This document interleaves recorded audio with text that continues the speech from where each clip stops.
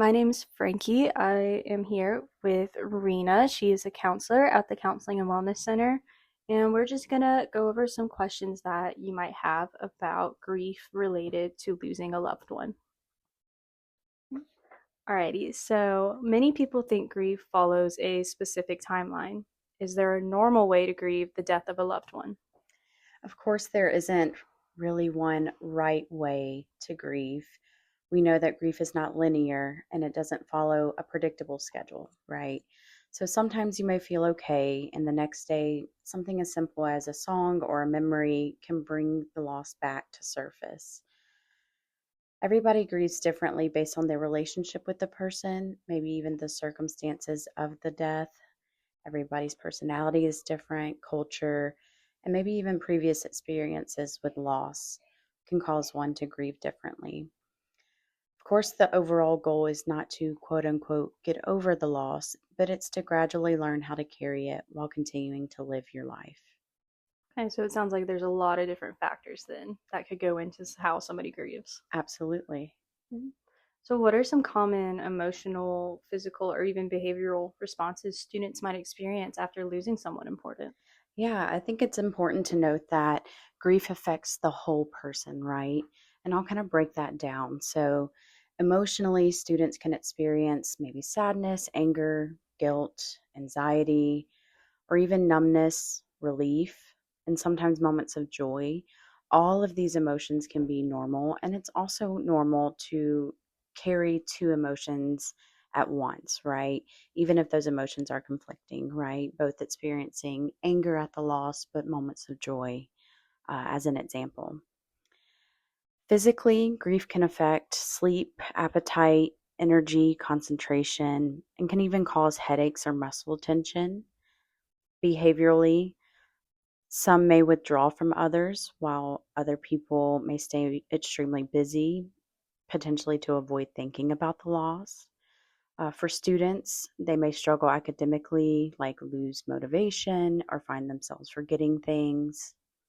And again, it's not just emotionally that someone can be impacted, but both physically and behaviorally as well. And so it sounds like there's a lot of different ways people can grieve, and that Abs- there's not just like one fit. Absolutely. Mhm. And then college students often feel pressure to get back to normal. What advice would you give someone who feels guilty for still grieving? Yeah, I think it's important to remember that grief isn't something to simply finish or, again, as we mentioned earlier, get over or move on from. As life may moves forward, your relationship with the person who passed doesn't disappear. So instead of asking ourselves, why am I not over this? Try asking, what do I need today? So some days you'll function well, and other days grief will feel heavier.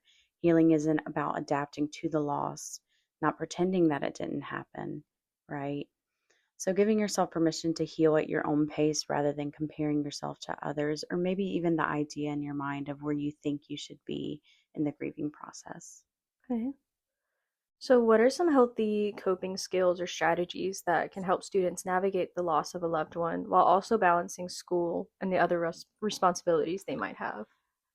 Well, first, I would say you don't have to do this alone, right? So you can lean on friends, family, even professors and campus resources like the University Counseling and Wellness Center.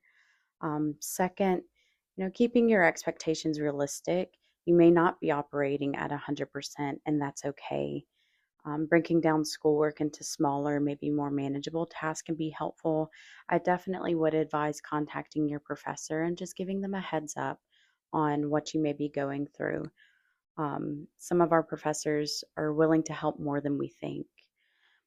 It also helps to maintain simple routines like getting outside when you can, moving your body, journaling, maybe creating rituals to remember your loved one and honor them, making space for your emotions instead of pushing them away.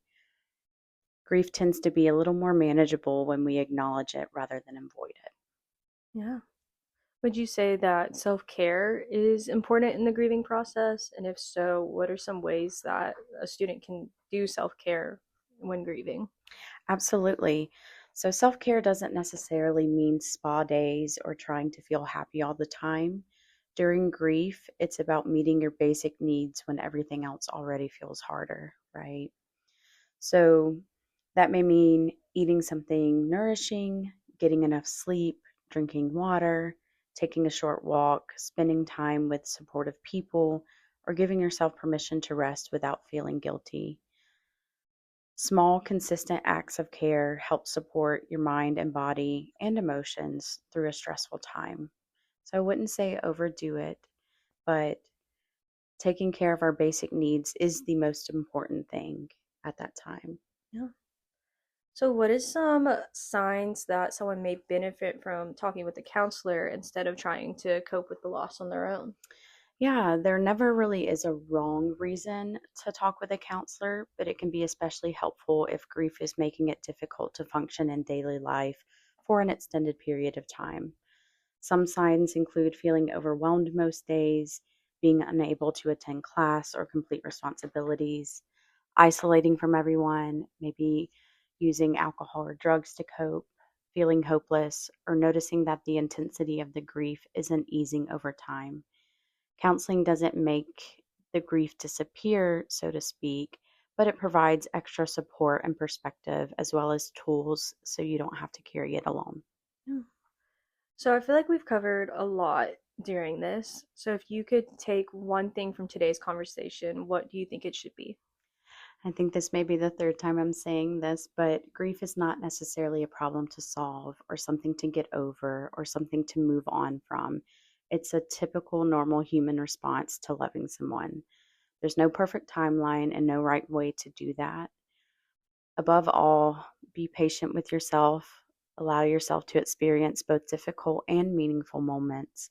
And remember that you don't have to go through your grief alone. Reaching out for support is a sign of strength. All right. Well, thank you so much. Yeah, you're welcome. Thanks for having me.